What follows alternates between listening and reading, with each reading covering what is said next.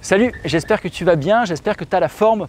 Je suis très content de te retrouver aujourd'hui dans cette toute nouvelle vidéo très importante puisque j'ai eu beaucoup de fois la question comment acheter un bien immobilier lorsqu'il y a une fissure dedans. Souvent on me demande ça, je vais visiter un bien, je veux l'acheter mais il y a une grosse fissure, je ne sais pas comment faire.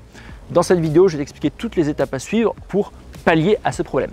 Alors avant ça, n'oublie pas de t'abonner à ma chaîne YouTube et puis si tu as une question, tu me la poses et je prendrai le temps d'y répondre en commentaire. Donc, plusieurs choses à prendre en compte lorsque l'on souhaite acheter un bien et qu'il y a une fissure dedans. La première étape, je dirais, si c'est une bonne affaire, il faut verrouiller l'affaire. Il ne faut pas attendre de demander l'avis de qui que ce soit, il faut tout de suite verrouiller l'affaire. Et pour ça, on va rédiger une offre en bonne et due forme, on va se mettre d'accord avec le prix et le vendeur et on va faire le plus rapidement possible pour faire contresigner cette offre. Une fois qu'on a l'offre qui est contresignée, durant le temps entre l'offre et le compromis, nous, on va travailler et on va essayer de résoudre ce problème de fissure.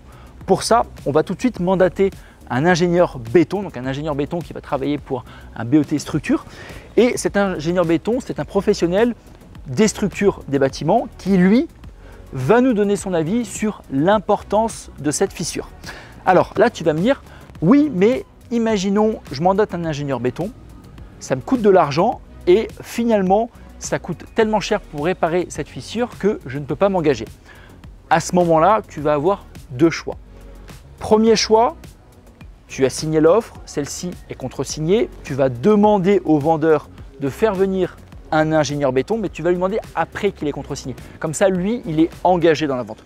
Tu vas lui demander de faire venir à ses frais un ingénieur béton qui va faire un rapport par rapport à cette structure et qui va nous dire si oui ou non on peut acheter, ou alors dans tous les cas on peut acheter, mais quels seraient les travaux à effectuer et quel serait le prix de ces travaux.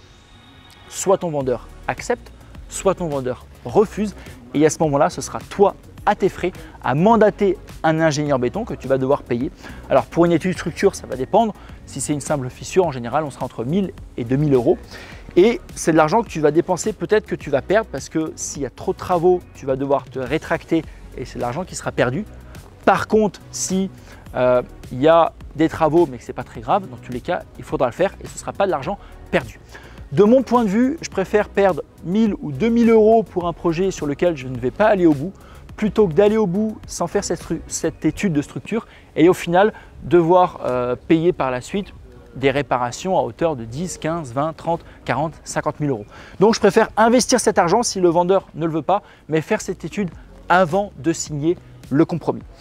Si l'ingénieur béton est trop pris, si tu n'as pas de date avant la signature de ton compromis et que tu dois vraiment signer ton compromis parce que c'est une super affaire, que le vendeur te met la pression, c'est pas grave.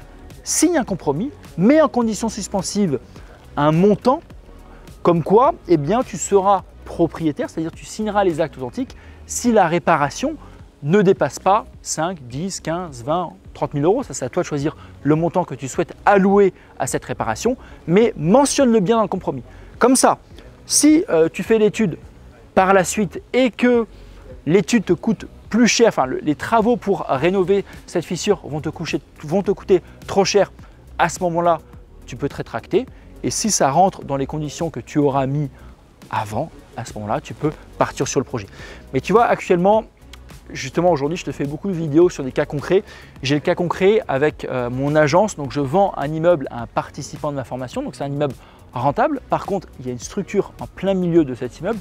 Le vendeur ne veut pas prendre parti pour investir et faire venir un ingénieur béton. C'est donc à l'acquéreur de prendre à ses frais cette venue-là. Mais moi, en tant qu'agent immobilier et en même temps formateur, je lui conseille fortement de le faire puisqu'à partir de ce moment-là, il n'a pas de surprise. Soit il achète, soit il n'achète pas. Ok, il aura dépensé un petit peu d'argent, il aura perdu un peu d'argent, mais ce n'est pas grave. Il vaut mieux perdre 2-3 fois une petite somme qu'une grosse fois une énorme somme et se retrouver dans l'embarras.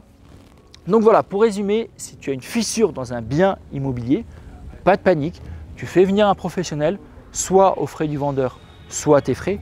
Une fois que le professionnel a donné son avis, tu regardes avec une entreprise combien ça te coûte et à ce moment-là, soit tu achètes, soit tu n'achètes pas. Mais surtout, prends des précautions, inclus-le dans ton compromis si besoin, fais les choses en amont et ne te retrouve pas par la suite avec une fissure, toi tu as déjà acheté et là où ça peut te coûter énormément d'argent.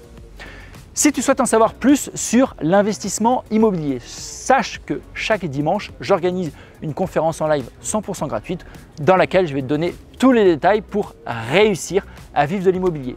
Pour ça, tu as simplement à cliquer sur le lien ci-dessous. Et je te retrouve comme d'habitude la semaine prochaine dans une toute nouvelle vidéo.